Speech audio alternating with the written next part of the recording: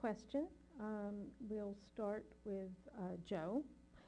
Are you in favor of changes to Rise City Code to deal with tear-downs and the building of so-called McMansions? What is the impact on the schools and the city of construction of large residential properties? Well, I think if you've attended any city council meetings recently, you've seen a lot of passionate people show up who are very concerned about the size of homes. And I think that's perfectly reasonable and understandable, especially in connection with not just the size of homes, but the impact that it has on our schools. I think I saw John Mayo Smith here. He's been an advocate for this issue, and he's done a tremendous job in raising this issue and giving it a higher profile. And he asked all of the council candidates, you know, do you see a direct link or a link between renovation and expansion of existing homes and the size of our school population? And I think the answer is it's unclear. It's a very complex question and issue to take a look at. I spoke from my own personal experience, which is on my block on Thorne Place, we have 23 homes. In the past 6 years alone, 5 of them, soon to be 6, have been renovated and expanded. But this has been done by the existing families who live there, so they now have more bedrooms and more bathrooms and a bigger kitchen, but no more students have been added to the school system. I think that perhaps the issue of students entering the school system comes more from perhaps because of the economy, private school students coming into the Rye Public Schools because they're just as good, and also maybe from new lots that are being subdivided, which would, of course, be a problem with a 60-unit apartment building being built downtown. So it's a complex question. My time is up. We can talk about it a lot longer than this, but I'm going to end for now. Thank you, Joe. Nancy?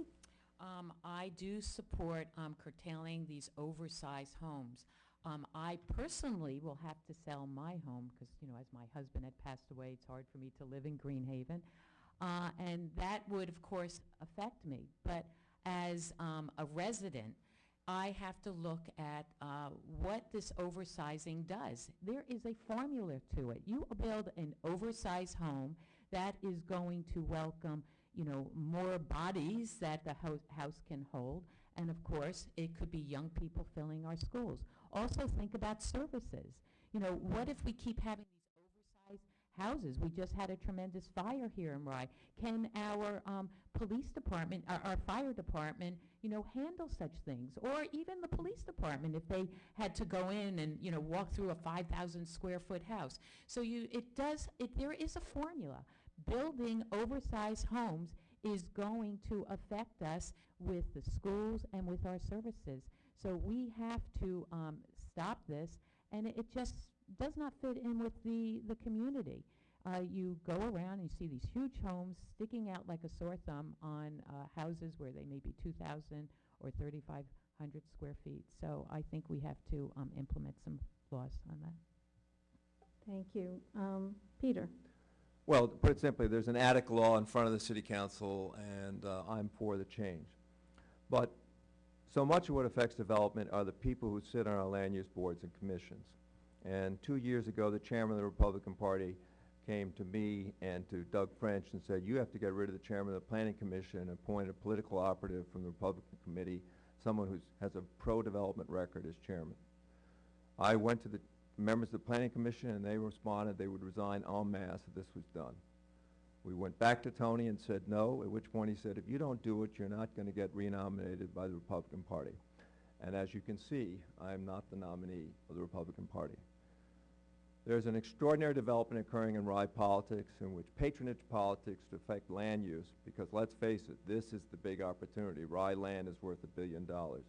Extraordinary change in which patronage politics is trying to affect our land use boards and commissions.